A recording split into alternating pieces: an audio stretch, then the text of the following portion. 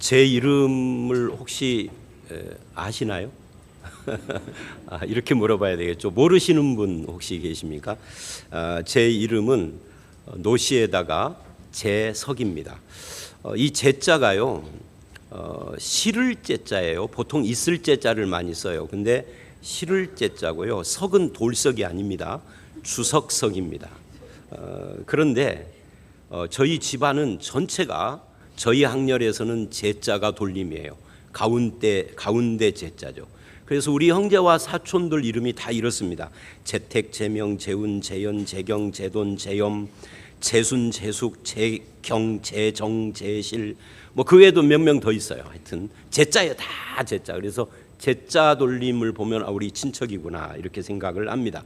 그런데 어렸을 때부터 저는 이 재자가 좀 촌스럽게 느껴졌어요. 왜 재자야? 이름이 참 촌스럽다. 그래서 내가 결혼을 해서 자녀가 딱 태어났는데 큰 딸이 태어났어요. 우리 자녀 때는 돌림이 끝에 호자입니다. 딸을 호자로 어떻게 불러?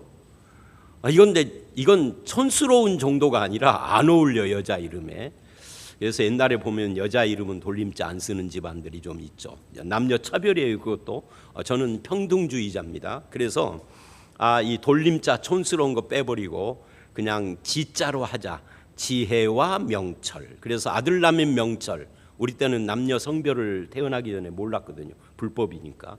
근데 명철이라고 하려고 그러는데 딸이 태어났어요. 그래서 지혜.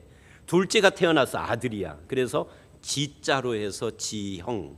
영이 아닙니다. 물 맑을 형이에요. 요즘 부모들은요, 저희 세대부터 조금씩 돌림자를 안 쓰는 경향이 조금 늘기 시작을 했어요. 그래도 많이 쓰기는 하죠. 그런데 우리 자녀 세대는 거의 돌림자를 안 씁니다. 무조건 이쁜 이름이면 돼. 그죠? 그런데 부모 세대는 아직도 돌림자를 써야 된다 하고 마찰하는 경우가 있습니다. 근데 참 재밌는 것은 예수 믿는 사람들은 돌림자고 예쁜 거고 다 없어. 다 예 아니면 하야. 뭐 예찬이, 예림이, 예은이, 예성이, 하자는 하영이, 하은이, 하성이. 근데 이상하게요. 예찬이는 있는데 하찬이는 없어. 왜냐하면 어감이 이상해. 하찬이, 김하찬이. 본문에도 그런 이름 이야기가 먼저 나옵니다. 그게 오늘 본문의 첫 번째 문단이에요. 57절로 66절입니다. 늙어서 아이를 못 낳는다라고 포기한 이 늙은 부부 사가랴 부부가 아이를 낳은 겁니다. 온 이웃과 친척이 다 박수를 치며 기뻐하고 잔치를 벌였는데 문제가 생겼습니다. 남자아이가 태어나면 난지 8일 만에 할례를 함과 동시에 이름을 지어주는 것이 전통이고 풍습이었는데 친척들은 아버지의 이름을 따라서 장남은 무조건 아버지의 이름을 따라 사가랴라 해. 그러니까 우리로 말하면 돌림자인 거죠. 사가랴 1세, 사가랴 2세 이렇게 가야 하는 거죠. 이 사가랴 이름 뜻도 괜찮습니다. 하나님이 기억하신다예요. 그런데 부인 엘리사벳이 반대하는 겁니다. 아니야, 우리 아들은 요한이야. 요한도 이름이 뜻이 괜찮아요. 요한은 은혜롭다요. 이 친척들이 난리가 났죠. 61절을 보면 우리 가문에는 그런 이름 쓰는 뱀이 없어 하고 반대를 했습니다. 서로 타협이 안 됩니다. 그래서 벙어리가 되어 있는 이 요한이 태어나는 것을 못 믿어가지고 벙어리가 된 이 사가랴 그 아이의 아버지에게 물었습니다. 그랬더니 63절 사가랴가 서판을 달라 하더니 거기다가 요한이라고 썼습니다. 그러자 사람들이 다 놀랍게 여기더라. 놀랍게 여겼다는 것은 이게 전통에 안 맞고 풍습에 안 맞는단 말이죠. 이치에도 안 맞는단 말이죠. 그러나 사가랴 입장에서는 요한이라는 것이 하나님이 주신 이름이야.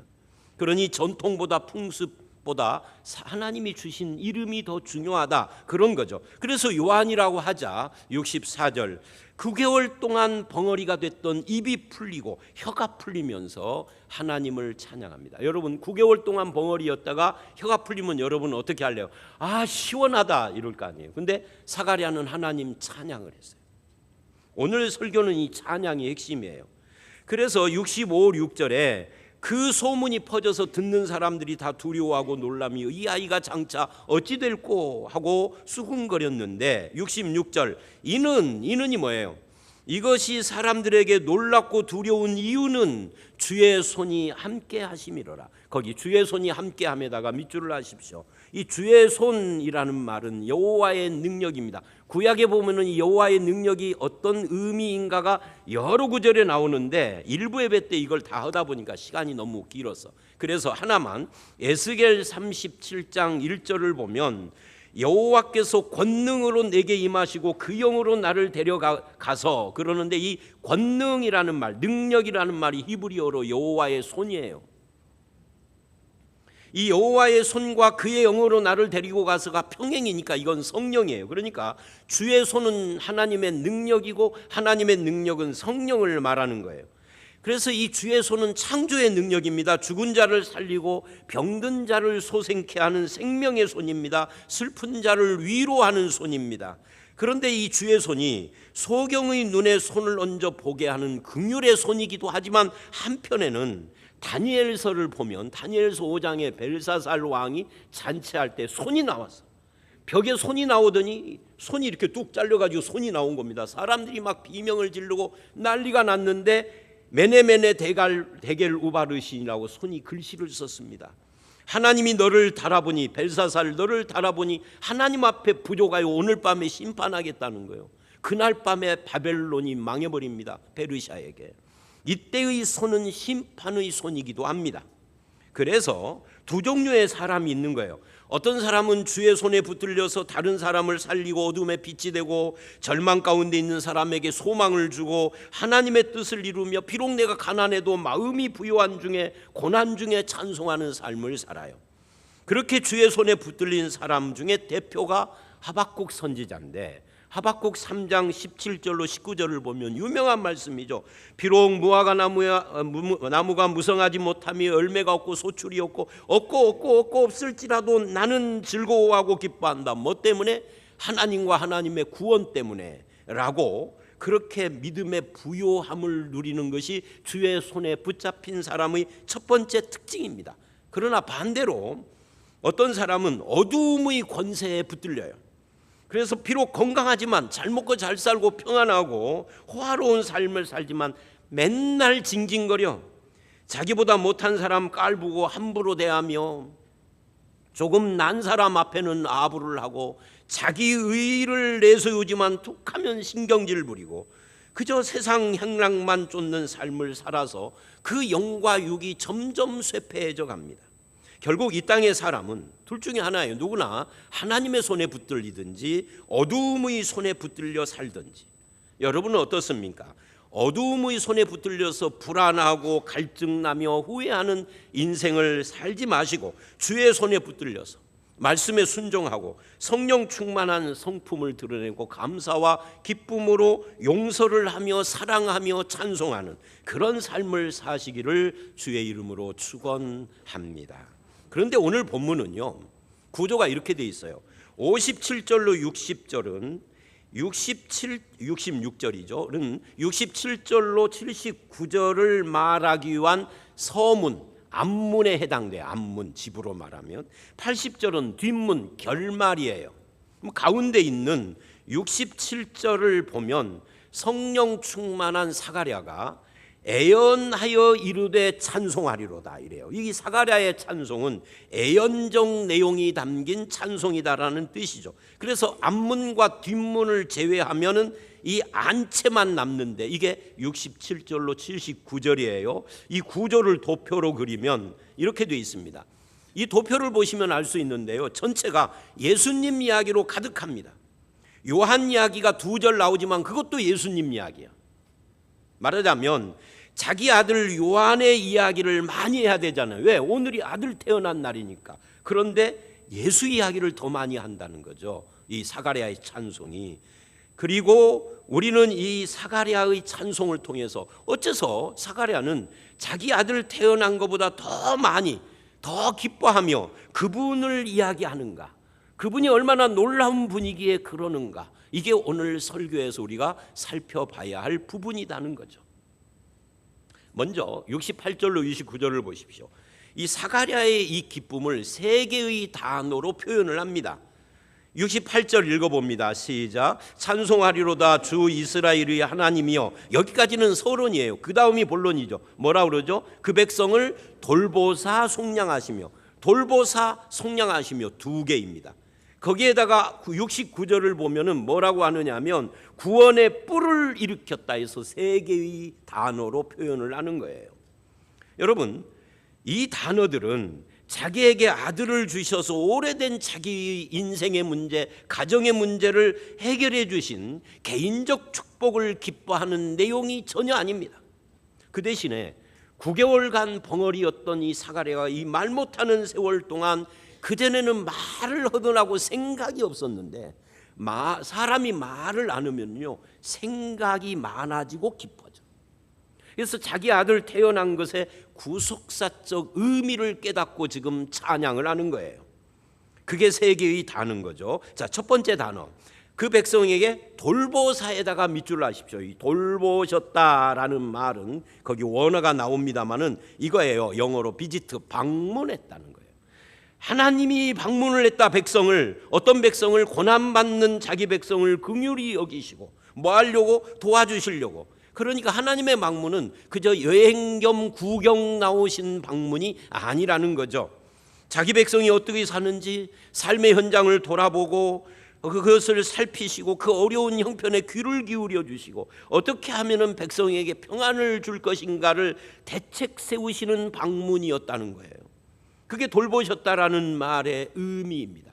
그래서 뭐를 했다고요? 속량하셨다가 두 번째 단어입니다. 거기도 밑줄을 하십시오. 리투로시스, 몸값을 받고 종을 풀어준다, 뭐 이런 뜻이에요.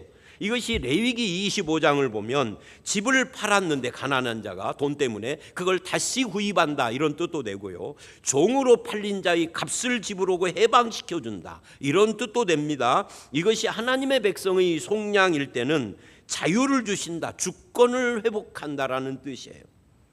그러니까 죄와 사망의 종된 자를 풀어준다는 거죠. 사탄과 어두운 세상의 노예되었던 나를 자기 자녀로 삼고 신부로 삼기 위하여서 아들 예수 그리스도를 나 대신 죽음의 값을 치르게 함으로써 나를 자유케 하는, 이거를 속량이라고 합니다. 구원의 다른 말이죠. 예수 탄생이 바로 그렇게 우리를 속량하여 죗값을 치르기 위한 것이다 라는 이야기예요. 그래서 이제는 죄의 종이 아니에요. 사탄과 죽음의 권세의 노예가 아니에요. 세상이라는 왕 앞에 꼼짝 못하는 그런 자가 아니다는 겁니다. 거기서 건져주신 거예요. 그래서 이 속량이라는 말을 설명을 할 때 제가 자주 이 표현을 쓰죠. 교환가치다.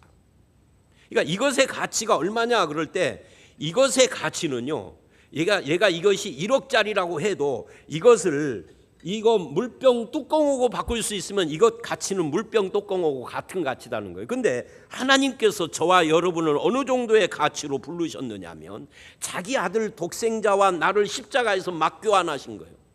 이게 속량이거든요. 그러니까 나의 가치는 적어도 하나님에게서는, 세상 사람들은 몰라도 하나님이 보실 때는 자기의 독생자 예수하고 같은 가치로 나를 감매겨 주셨다는 것이 속량의 의미입니다. 얼마나 이게 대단한 이야기예요. 그만큼 나와 자기 아들을 바꿀 만큼 사랑했다는 거니까. 언제 그랬느냐 할 때 로마서 5장에서 바울은 이렇게 감탄을 해요. 우리가 아직 죄인 되었을 때, 아직 연약하고 하나님의 원수 되었을 때, 그럴 자격도 그럴 가치도 없을 때 하나님은 자기 아들과 나를 바꾸어 주셨다. 이게 놀라운 은혜이지 않는가, 얼마나 황송한 하나님의 사랑인가 하고 감탄하는 것이 로마서 5장입니다. 그게 십자가요. 그런데 이것을 69절은 이렇게 이야기를 해요. 우리를 위하여 구원의 뿔을 일으킨 것이다. 이게 여러분, 구원의 뿔에다가 밑줄을 하십시오. 사무엘하 22장 2절로 3절을 보면 다윗은 사울과 모든 원수의 손에서 구원받은 날 이렇게 노래를 해요. 이 뿔은 하나님이시라고. 자, 이 본문을 쭉 보시면은요, 하나님이 구원의 뿔을 주시는 건가요? 아니면 하나님이 구원의 뿔 자체라는 건가요? 하나님이 구원의 뿔 자체라는 거예요. 그럼 뿔은 뭐냐 할 때 뿔은 능력이라는 뜻입니다. 힘이라는 뜻입니다. 그러니까 하나님이 구원이시고 구원의 능력이라는 거예요. 그런데 그 구원의 능력, 뿔을, 능력이신 하나님을 다윗의 집에 일으키기가 하겠다고 약속하신 것이 지금 이제 드디어 성취되고 있다. 내 아들의 탄생이 금이다 라고 말하는 거예요. 그러면 질문이 나오죠. 그럼 구원의 능력 뿔이 사가랴의 아들 요한이라는 말일까? 아니면 이 요한이 나중에 소개를 할 그 뒤에 오시는 메시아를 말하는 것일까? 후자죠. 요한이 아버지는 사가랴인데 그 가문이 제사장 가문이에요. 그래서 사가랴는 제사장입니다. 제사장 지파는 레위 지파입니다. 근데 구원의 뿔은 어디에 오는 거예요? 다윗의 집에 세워지는 거예요. 다윗의 집은 유다 지파입니다. 제사장 지파에서는 나올 수가 없어요. 그러니 세례 요한은 당연히 그리스도가 아닌 거죠. 그래서 세례 요한은 뭐냐? 다윗 집에 일어날 구원의 뿔 예수 그리스도를 소개하는 자인 겁니다. 그런데 드디어 그 예수님이 죄와 사망의 권세를 무너뜨리고 어둠과 세상의 빛을 비추는 구원의 뿔로 오신다는 겁니다. 이게 뭐예요? 이게 기독교예요. 그래서 기독교는요, 윤리강령을 작성하는 것이나 어떤 사회운동을 하는 것이 아닙니다. 찬송하리로다 주 하나님으로부터 시작되는 것이 이게 기독교예요. 그래서 돌보시고 속량하신 구원의 능력이신 하나님을 찬송하는 것이 기독교의 시작과 끝입니다. 제가요, 지난 추석 명절이 시작되는 첫날 목요일 날 새벽에 나왔는데 깜짝 놀랐어요. 새벽 기도에 1명 나올 줄 알았는데 많이 나오셨더라고. 평소보다는 반도 안 되지만. 그래서 제가 찬송을 처음 부르면서 속으로 이렇게 생각을 했습니다. 찬송 끝나고 성경 읽고 설교를 시작할 때 이 명절 첫날부터 이렇게 나오신 분들을 칭찬 좀 하고 설교를 해야 되겠다. 그리고 찬송을 부르고 성경을 읽었는데 잊어버렸어. 근데 집에 와서 생각하니까 칭찬해야 되겠다는 거 잊어버렸더라고요. 그래서 그 다음 날, 명절 당일날, 이날은 명절 당일이니까 더 조금 올 거야 그러는데 그 전날보다 1명인가 더 오셨어. 그래서 찬송 부르면서 또 생각했어요. 어제 못한 거 오늘은 반드시 설교 시작을 할 때 칭찬하고 해야 되겠다. 근데 성경 읽고 또 잊어버렸어. 그래서 어제는 이제 명절 지났길래 에이, 끝났다 하고 안 했어요. 뭔 말이냐면 도대체 명절에도 새벽에 나오는 이유가 뭡니까? 목사 못 살게 하려고 그런 겁니까? 구원의 기쁨입니까? 구원의 기쁨이죠. 이게 기독교다 그 말이에요. 기독교는 구원을 주신 하나님의 은혜에 대한 놀라움으로 찬송으로 시작을 하는 거예요. 주일날 억지로 교회 가는 것이 다가 아닙니다. 그래서 혐오스럽고 짜증나는 그런 종교가 아닙니다. 만약 여러분이 그렇다면 아직 기독교를 모르는 사람이에요. 기독교는 가슴을 뛰게 하는 좋은 소식이에요. 나를 돌보고, 그 좋은 소식이 뭐냐? 나를 돌보고 속량하신 하나님 때문에 기뻐하는 거죠.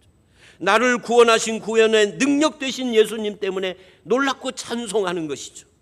여러분에게도 이 좋은 소식이 있으시기를, 이 복음에 대한 믿음이 있으시기를 주의 이름으로 축원합니다. 우리가 받은 구원은 그저 종교적 수사가 아니에요. 그것은 구원의 힘이고 능력입니다.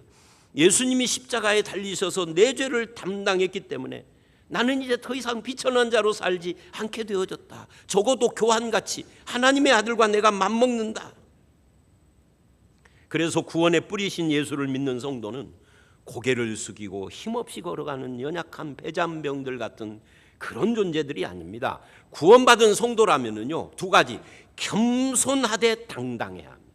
이 겸손하되를 넣는 이유는 당당을 교만으로 해석하지 말라는 이야기예요. 구원받은 자는 겸손하되 당당해야 합니다. 적어도 우리는 죄와 사망 권세에서 해방된 사람들이니까, 세상의 종이 아니니까, 사탄은 이제는 우리를 지배할 수 없게 됐으니까, 우리의 주인은 예수님이시니까, 하나님의 아들 예수보다 더 강한 힘으로 우리를 빼앗을 존재는 세상에 아예 없다라는 것을 믿기 때문에 이게 우리가 받은 구원이에요. 만약 여러분이 이 구원의 뿔과 능력이신 예수를 믿는다면 고개를 드십시오. 구원의 뿔 예수로 인하여 기뻐하시고 감사하고 찬양하는 성도가 되시기를 주의 이름으로 축원합니다. 그런데 70절로 73절을 보면 이것은 해요. 그러니까 이 세 가지 단어에다가 추가 설명을 하는 거죠. 이것은 뭐냐 할 때 이건 바로 하나님의 신실하심의 증거라고요. 한번 읽어봅니다. 먼저 70절입니다. 시작. 이것은 주께서 예로부터 거룩한 선지자의 입으로 말씀하신 바와 같이, 이것은 즉 속량 구원의 뿔 우리를 돌보심, 이것은 옛적부터 선지자를 통하여서 말씀하신 것이다. 그 말씀이 뭐냐? 71절 읽어봅니다. 시작. 우리 원수에게서와 우리를 미워하는 모든 자의 손에서 구원하시는 일이라. 여기서 원수는 이스라엘의 대대적 원수, 아수르, 애굽, 바벨론, 페르시아, 헬라, 지금은 로마까지. 그런데 이 본문은 그 차원을 넘어서요, 77절을 보면 요한의 사역을 죄사함으로 말미암는 구원을 알게 하는 것이라고 함으로써 이 원수의 차원이 조금 더 달라지는 것을 말을 합니다. 그건 좀 이따 설명을 할 거고요. 그래서 72절을 보면 이게 영적인 원수를 말하는 겁니다. 죄와 사탄과 세상과 죽음 같은. 72절 읽어봅니다. 시작. 우리 조상을 긍휼히 여기시며 그 거룩한 언약을 기억하셨으니. 그러니까 이 모든 것, 돌보시고 속량하고 구원의 뿔을 일으킨 것은 우리 조상에게 약속한 것을 절대 잊지 않고 그 언약을 성취하신, 누구를 위하여서 누구에게 약속한 것을 성취했느냐? 73절 읽어봅니다. 시작. 곧 우리 조상 아브라함에게 하신 맹세라. 거기 아브라함에게 하신 맹세다 밑줄을 하십시오. 아브라함에게 뭘 맹세했죠? 언제 그랬죠? 창세기 22장 17절을 보면 대적의 문을 얻으리라고 약속을 하신 겁니다. 왜 이게 22장이냐면 아까 원수의 손에서, 맞아, 우리를 미워하는 자의 손에서와 원수의 손에서 구원이니까 이게 창세기 22장이에요. 아브라함의 생애의 마지막 장면입니다. 그게 창세기 22장을 한번 보십시오. 16절로 18절입니다. 거기 보면은 이래요. 내가 나를 가리켜 맹세하노니 내가 내게 큰 복을 주고 내 씨가 크게 번성하여 내 씨가 뭐를 한다고요? 그 대적의 성문, 원수의 성문을 차지하리로다. 이렇게 말을 했어요. 여러분, 이것은 언제 했느냐면요, 100살 때 얻은 아들 이삭을 제물로 바쳐라, 하나님이 그랬어요. 아브라함은 주저하지 않고 이삭을 잡으려고 했습니다. 그때 하나님이 다급해서 멈춰라 아브라함아, 여호와 이래. 그러면서 하신 말씀이 네 씨가 대적의 성문을 차지하리라, 이 말씀을 하신 거예요. 여기서 우리가 주목해야 할 것은 이 창세기 22장의 이 복이 사실은 창세기 12장에 아브라함이 하나님을 제대로 알지도 믿지도 않았던 그때 하신 약속하고 복의 내용이 같다는 거예요. 이게 굉장히 중요합니다. 무슨 말이냐면 믿음이 뭔지도 제대로 몰랐던 창세기 12장에 주신 약속과 믿음이 생겨 믿으니 의로 여기신 창세기 15장에서의 약속과, 이건 중간이죠. 그리고 모든 약속이 다 성취된 인생 마지막 후반부에 주신 창세기 22장의 약속, 시작과 중간과 마무리의 약속이 똑같다라는 것은 무슨 뜻이냐는 거죠. 이삭을 바쳐 하나님께 확인받은 것이 뭐냐 그 말이에요. 이건 이런 거죠. 처음 부르신 하나님의 약속과 은혜가 마지막 인생의 후반까지 계속 그 은혜와 약속이 아브라함을 붙들고 와서 성취했다는 거예요. 이것은 나를 부르신 처음과 마지막 결과를 비교할 때 부르시는 그 순간의 마지막 결과를 나는 모르는데 하나님은 보시고 부르셨다는 거예요. 이걸 신학에서는 칭의성화, 영화라고 해요. 그 중간이 성도의 견인이라고 하는데, 그렇게 표현하면 아무도 몰라 뭔 말인지, 성도의 견인이 뭔지. 그러니까 이거예요. 시작에서 약속하신 것이 마지막에 그것이 완성되는 이 과정 속에 하나님이 나를 부르셨다면, 우리는 내가 하나님의 백성과 자녀로 이름과 신분을 얻는 그 순간, 내가 하나님 앞에서 하나님의 자녀다운 그 새로운 생명이 시작되는 그 순간 이미 그 생명과 경건에 속한 모든 것을 다 받았다는 의미입니다. 이게 베드로후서 1장 3절 이야기예요. 그렇다면 요점은 이겁니다. 시작부터 끝까지를 똑같이 한결같이 시작한 것에다 뭐를 덧붙이고 하는 것이 아니에요. 신앙은 시작한 그것을 좀 더 선명하게 해가는 것뿐입니다. 똑같은 내용이에요. 내용이. 그래서 하나님이 뭐예요? 얼마나 신실하신 분인가, 한 번 뜻을 정하여 우리를 부르셨으면 절대 반드시 변치 않고 이루시는 분이다 하는 것을 지금 보여주고 계신다 하는 거예요. 누구에게? 세상의 거대한 압력에 눌려서 구원의 능력이신 하나님과 함께하면서도 늘 신앙이 흔들리고 유혹받고 시험받아서 허덕이는 우리에게, 우리의 신앙의 근거와 기초가 얼마나 확실한지. 너를 부르실 때 결말을 하나님은 이미 갖고 있어. 너는 흔들리지만 하나님은 결론을 갖고 계셔. 그렇게 너를 부르셨다라고 하는 겁니다. 그래서 우리가 어떤 경우에도 흔들리지 말아야 될 이유가 여기에 있는 거예요. 그리고 이 뜻이 변하지 않는 하나님을 보여주는 신뢰가 누구라는 겁니까? 아브라함이라는 겁니다. 그러면 질문이 또 생기죠. 처음 부르실 때부터 완성품으로 만드시지 왜 처음에는 그렇게 시작을 했느냐고 말이죠. 왜냐하면 나를 만들고 키워가시는 것이 목적이니까. 나를 처음부터 완성품으로 해가지고 써먹으려고 부르신 것이 아니에요. 우리는 자꾸만 써먹으려고 이러는데, 오늘 일부 예배 때 그 등록하신 분이 그러더라고요. 자기는 우리 교회 코로나가 와가지고 우리 교회 설교 새벽 설교를 계속 들었대요. 누가 소개해서. 들으면서 자기가 하나님이 자기를 부려먹고 써먹는 것으로 생각을 해서 거기에 올인을 하고 살았는데, 그러다 보니까 지쳐 있는 거예요. 그게 아니었구나. 써먹으려고 하면 처음부터 완성품을 해야지. 처음부터 서울대생을 불러야지. 시시하게 고졸자를 왜 불러? 처음부터 서울대생만 불러야지. 써먹으려면. 네, 초등학교도 못 나온 사람 불러가지고 나를 써먹으려고 아니라 나를 만들고 키우셔서 영광스러운 존재로 세우고 싶으셔서, 이게 하나님의 일관된 목적이라. 그래서 우리가 흔들리지 말아야 한다는 겁니다.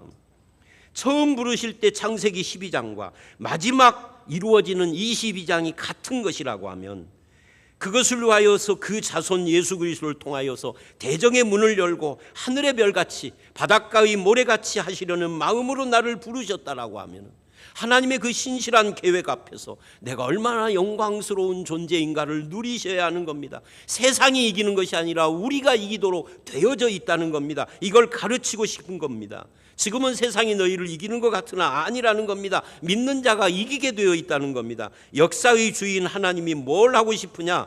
그래서 이것을 너희에게 가르치고 싶다는 거죠. 그게 하나님의 뜻이에요. 우리는 어떤 새로운 능력을 받아야 하는 것이 아닙니다. 처음 자녀로 삼으셨을 때 부르신 그 베푸신 은혜와 약속과 생명을 끝까지 붙잡고 가면서, 넘어져도 그거 붙잡고 일어나서 그것이 좀 더 풍성해지고 기뻐지는 거죠. 세상은 변하지 않는 것 같고 우리는 그것을 보면서 연약해지지만 그렇지 않다는 거예요. 세상은 변할 것이라는 겁니다. 우리는 하나님 나라의 완성을 향해서 가고 있으며, 우리는 이 세상에 심어진 겨자씨고 누룩, 이 가루 섬 아래 갖다가 집어넣은 누룩 같은 존재라는 거예요. 그 세상이 변화되지 내가 변하는 거 아니라는 걸 지금 말하는 거예요. 왜? 하나님이 변치 않으니까. 그래서 우리는 이렇게 기도하는 겁니다. 주님, 늙은 부부의 한숨과 고통을 돌봐 주셨듯이 우리의 고통을 돌보시고 죄와 사망의 고통에서 속량해 주시는 놀라운 은혜에 감사합니다. 죽은 지 2500년이나 지난 아브라함, 요한 사가랴 시대에서는 2500년인데 저와 여러분의 입장에서는요, 아브라함이 4500년 전 사람이에요. 2500년이나 지난 아브라함이지만 하나님은 약속을 켰고 잊지 않으셨고, 인간은 믿음이 없어 흔들려도 하나님은 반드시 그 약속하신 것을 이루시며, 믿음 없는 우리의 불신앙을 참고 이렇게 베풀어 주신 주님의 은혜에 감사합니다. 2000년의 세월이 흘러도 결코 잊지 않는 하나님의 그 신실하심과 영원한 은혜를 8, 90년 세월을 사는 인생이 어떻게 다 알 수가 있겠습니까? 오직 내 인생 당신의 손에 맡깁니다. 이게 사가랴의 찬송의 핵심이란 말이죠.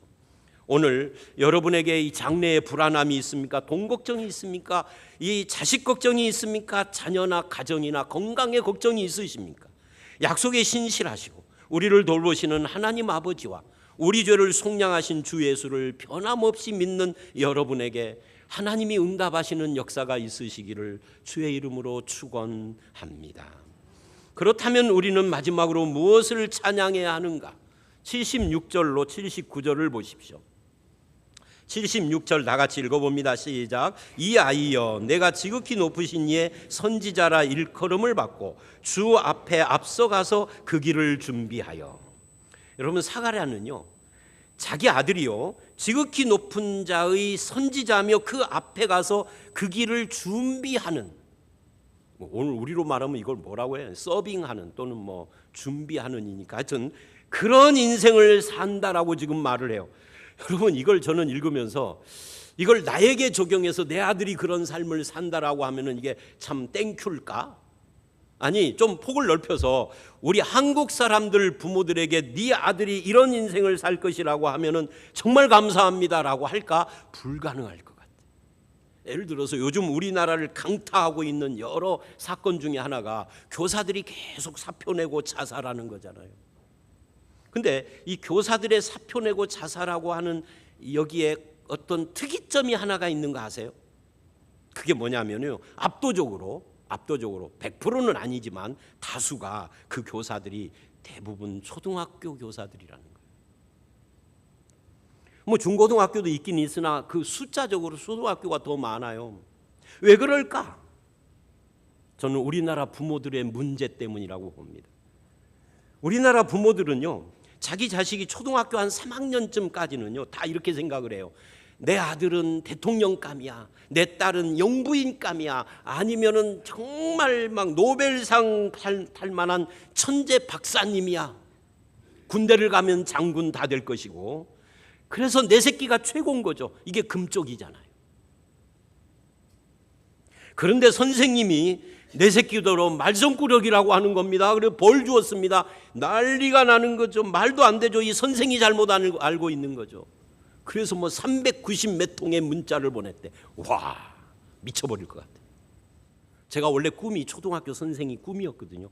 안 하길 진짜 잘했다. 목사 되기를 진짜 잘했다. 목사들은 이 메시지를 받는데요, 메시지 100통 중에 99통이 다 격려하는 메시지만 받아. 어쩌다가 땡땡이 저한테 이상한 메시지 하는 사람이 있긴 있어요. 근데 여러분, 이상하게요, 중고등학교를 가면 이 학부모들의 행패가 확 줍니다. 없는 건 아닌데 줄어요, 횟수가. 왜 그럴까요? 그때쯤이면 아는 겁니다. 내 새끼가 그렇게 잘난 놈이 아니라는 거, 그렇게 똑똑하고 착한 놈이 아니라는 거, 말썽꾸러기라는 거 압니다. 살짝 담배도 피고. 이게 부모입니다. 근데 지금 사가랴는요, 이제 막 태어난 내 새끼가 남의 앞길을 준비하는 자로 산대. 이게 말이 안 되잖아요, 지금 우리나라 부모 입장에서는. 근데 그렇게 하는 겁니다. 근데 내 아들이 누군가의 앞길을 준비하는데 너무너무 기뻐. 왜? 그 준비하는 그분이 놀라운 분이라. 친척 촌수로 하면 내 새끼보다 6개월 밑에 사촌 동생인데 그분이 놀라운 분이라. 그럼 그분이 누구냐? 이사야 40장 3절 말씀을 연상시키죠. 외치는 자의 소리여 이르되 너희는 광야에서 여호와의 길을 예비하라, 사막에서 우리 하나님의 대로를 평탄케 하라. 이 말씀이 응하는 거거든요. 온 인류의 구주시고 소망이신 예수님이 오시는 길을, 그걸 준비하고 평탄케 하라는 말씀인데 그 일에 내 아들이 쓰임 받는다는 거예요. 그래서 감사하는 거죠. 77절 읽어봅니다. 그분이 뭐를 하느냐 할 때 이렇게 말을 해요. 읽어봅니다. 시작. 주의 백성에게 그 죄사함으로 말미암는 구원을 알게 하리니. 여기 구원을 알게 하리니라는 말이 밑줄어시고 구원의 지식입니다. 왜 구원이 아니라 구원의 지식을 알게 할까요? 왜냐하면 요한은 구원의 제공자가 아니에요. 구원의 제공자는 하나님입니다. 예수 그리스도입니다. 요한은 바로 그 구원의 제공자를 아는 지식을 전하는 자예요. 이것을 뭐라고 그러죠? 회개와 믿음의 길을 선포한다고 그러죠. 이스라엘이 죄로 망했는데 이제 요한은 그 죄사함을 받는 구원의 길, 죄사함을 가져오는 그분을 소개하는 자다 그 말이에요. 그래서 요한의 메시지가 뭐였죠? 나중에 이제 3장에 가면 회개하라 천국이 가까웠다 하는 메시지와 함께 회개에 합당한 열매를 맺으라예요. 믿으라가 아닙니다. 믿으라는 아직 안 해요. 왜? 아직 믿을 분이 아직 안 왔어. 그 뒤에 오시는 분을 믿으라예요. 그러니까 그분을 믿기 위해서 먼저 회개부터 해라. 길을 예비하는 거죠. 이게 바로 세례 요한입니다. 그렇게 해서 사람들의 마음을 예수께 돌리는 예비하고 닦는 일을 하는 겁니다. 진정한 죄사함을 예수가 가져오는데 거기로 인도하는 역할을 지금 한다는 거예요. 그래서 80절을 보면 이렇게 결말이 나요. 이스라엘에게, 요한이 이스라엘에게 나타나는 날까지 어디에? 빈들에다가 밑줄을 하십시오. 빈들 광야에 있었다는 거예요. 여러분, 빈들 광야에 있었다라는 말은 요한이 자기의 사명을 이해하고 있었다. 주의 길을, 광야에 오시는 주님의 길을 예비한다라는 상징적인 차원에서, 이때 세례 요한이 몇 살인 줄 아세요? 세례 요한이 헤롯에게 목 베어 죽을 때가 30대 초반입니다. 예수님이 33살에 돌아가셨으니까 이 사역의 시작을 30살에 했단 말이에요. 근데 사역 시작할 때 세례 요한과 예수님의 나이 차이가 6개월이니까 거의 동갑이란 말이에요. 근데 그때 세례 요한이 목 베어 죽었거든요. 그러면 빈들에 있는 것은 뭐라는 거예요? 적어도 32전 20대 아니면 빠르면 10대 10대 후반 이런 때부터 빈들에서 살았다는 거예요. 내가 누군가를 정확히 알고 있는 거죠. 그 광야를 통하여서 오시는 예수 그리스도를 예비한다라고 하는 사명을 알고 있었다는 겁니다. 그렇게 요한이 소개해야 할 예수 그리스도가 누군가, 그것을 설명하는 것이 78절 79절이에요. 78절 읽어봅니다. 시작. 이는 우리 하나님의 긍휼로 인함이라. 이로써 돋는 해가 위로부터 우리에게 임하여. 이 두 개가 나오죠. 긍휼이라는 말과 돋는 해에다가 밑줄을 하십시오. 긍휼이라는 말은 내장이라는 말이에요. 창작. 그러니까 이게 우리나라 말로 이런 거죠. 애간장이 끓는 그런 말이에요. 그러니까 하나님으로부터 애간장이 끓는 그 자비 때문에 애간장이 끓는 그것이 우리에게 임할 것이다 그 말이에요. 이게 누구예요? 예수님. 예수님이 누구냐면 죄인인 우리를 바라보며 애간장이 타는 분이에요. 이것을 다른 말로 위로부터 돋는 해라고 합니다. 이 돋는 해, 아나톨레라는 이 말은 가지, 싹, 새싹 이런 것이기도 하고요. 새 출애굽을 의미하고 상징하는 단어입니다. 그러니까 예수님이 애간장이 타는 긍휼로서 돋는 해처럼 우리에게 새로운 날을 주신다는 거죠. 해방하신다는 거죠. 그래서 어떤 일이 일어나느냐? 79절 읽어봅니다. 어둠과 죽음의 그늘에 앉은 자에게 비치고 우리 발을 평강의 길로 인도하실 것이다. 세상은 죄와 어둠과 죽음의 그늘 아래 병들고 신음하는데 하나님은 그 세상에 새싹 돋는 해를 주시고 애간장이 끓는 마음으로 이 돋는 해를 주신 거예요. 우리를 해방하시고 치료하시고 사망의 그늘에 앉은 자들을 비춰주셔서 변화시키고 평강을 주시려고 누구를 보내신다는 거예요? 세례 요한 뒤에 예수를 보내신다는 거예요. 그렇다면 예수 믿는 우리는 이제는 더 이상 사망의 그늘에 앉아있는 자가 아니에요. 빛을 비추는 빛을 받은 자로서 사는 거예요. 내 삶을 이해할 수 없는 어떤 일이 일어나서 믿음을 흔들 때에도 왜 이런 일이 나에게 일어나는가라고 힘들어하지만 그때에도 하나님이 비추시는 이 돋는 해에 빛을 받고 하나님의 그 애끓는 마음이 예수 안에 담겨져 있는 것을 보는 자들이라는 말입니다. 마음 상하는 일이 있고 근심하는 일이 있어서 헤맬 때에도 돋는 해이신 예수님, 치료의 광선이신 예수님께 와서 내 삶을 아뢰고 고민을 내려놓으면 주님은 그것을 다 들어주시고 애끓는 마음으로 우리에게 자비를 주시고 평강을 주신다라는 그런 이야기를 지금 하고 있는 겁니다. 이것을 소개하는 자가 요한이라는 거예요. 어느 여름날 갑자기 막 폭우가 쏟아져서 골짜기에 많은 물이 막 폭포수처럼 흘러내렸습니다. 통나무들이 떠내려가고 막 애지간한 돌멩이들, 큼직한 돌멩이들도 막 바위 같은 것들도 막 굴러 떨어져 가고 그러는데요.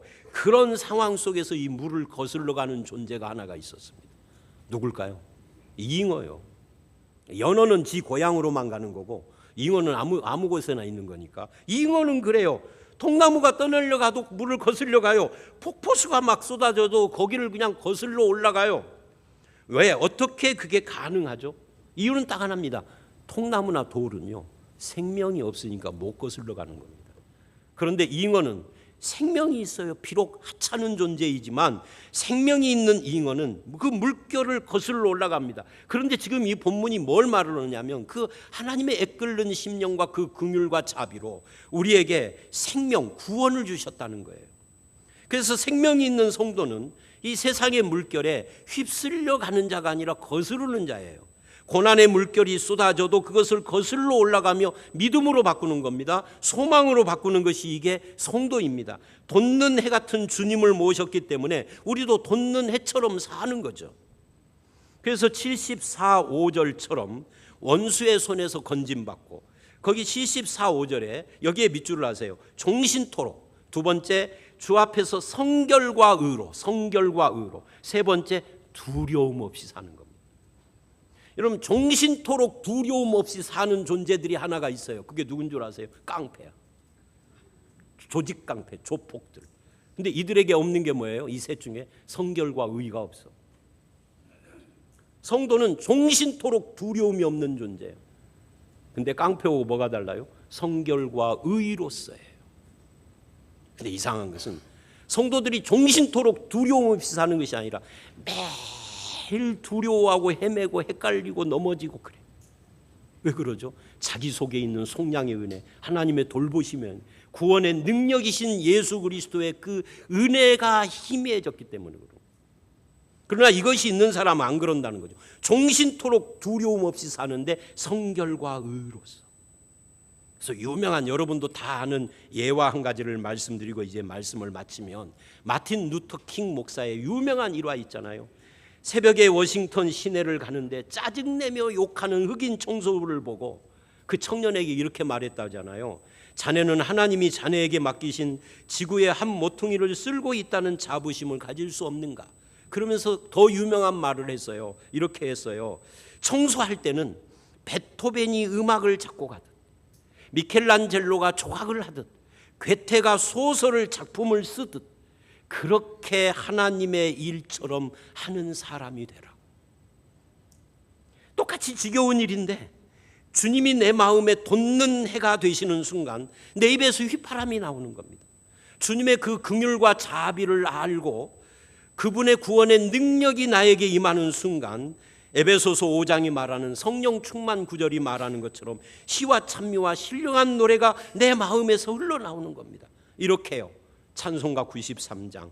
예수는 나의 힘이요 내 생명 되시니 구주 예수 떠나가면 죄 중에 빠지리 눈물이 앞을 가리고 내 맘에 근심 쌓일 때 위로하고 힘주시리 주 예수. 4절입니다. 예수는 나의 힘이요 내 소망 되시니 이 세상을 떠나갈 때 곧 영생 얻으리 한없는 복을 주시고 영원한 기쁨 주시니 나의 생명 나의 기쁨 주 예수. 사가랴가 이걸 깨닫고 찬양한 거예요. 여러분, 누가복음 1장이 이제 오늘 마치는데 우리가 쭉 1장 1절서부터 봤잖아요. 이 누가복음 1장은 기쁨의 예수를 참 많이 말을 해요. 왜? 누가복음의 수신자 대상이 어렵게 사는, 힘들게 사는, 어렵고 가난하고 고난 가운데 있는 사람들을 대상으로 했기 때문이에요. 우리가 믿는 예수 그리스도, 그 주님이 나를 주의 도구로 쓰시고 주님의 영광 되게 하여 주시옵소서. 내가 주의 손에 붙들린 삶으로 살기를 원합니다. 생명이신 예수로 말미암아 기뻐 찬양하는 삶을 사는 저와 여러분들이 다 되시기를 주의 이름으로 축원합니다. 함께 기도하겠습니다. 하나님 아버지, 그렇습니다. 우리가 이 사가랴가 자기 아들 탄생하는 이 순간에 아들이 준비하는 그 예수 그리스도를 찬양하는 이 모습을 통하여서 예수를 우리가 믿을 때 처음 그 순간부터 마지막 영광의 자리까지 하나님이 이미 준비하고 계획하셔서 나를 그곳으로 이끌기 위하여 돌보시고 속량하시고 구원의 능력이 되시고, 또는 우리를 향하여서 우리가 두려움 없이 성결하게 살기 위하여서 주님 앞에 나를 붙들어 매시는 그런 분이라는 것을 다시 한번 확인하였습니다. 흔들리지 않게 하시고 쓰러졌다도 일어나게 하시고, 아버지 하나님, 변함없는 신실함으로 주의 영광과 찬송이 되는 성도로 살아갈 수 있도록 역사하여 주시옵소서. 예수님 이름으로 기도드려 싸움나이다. 아멘.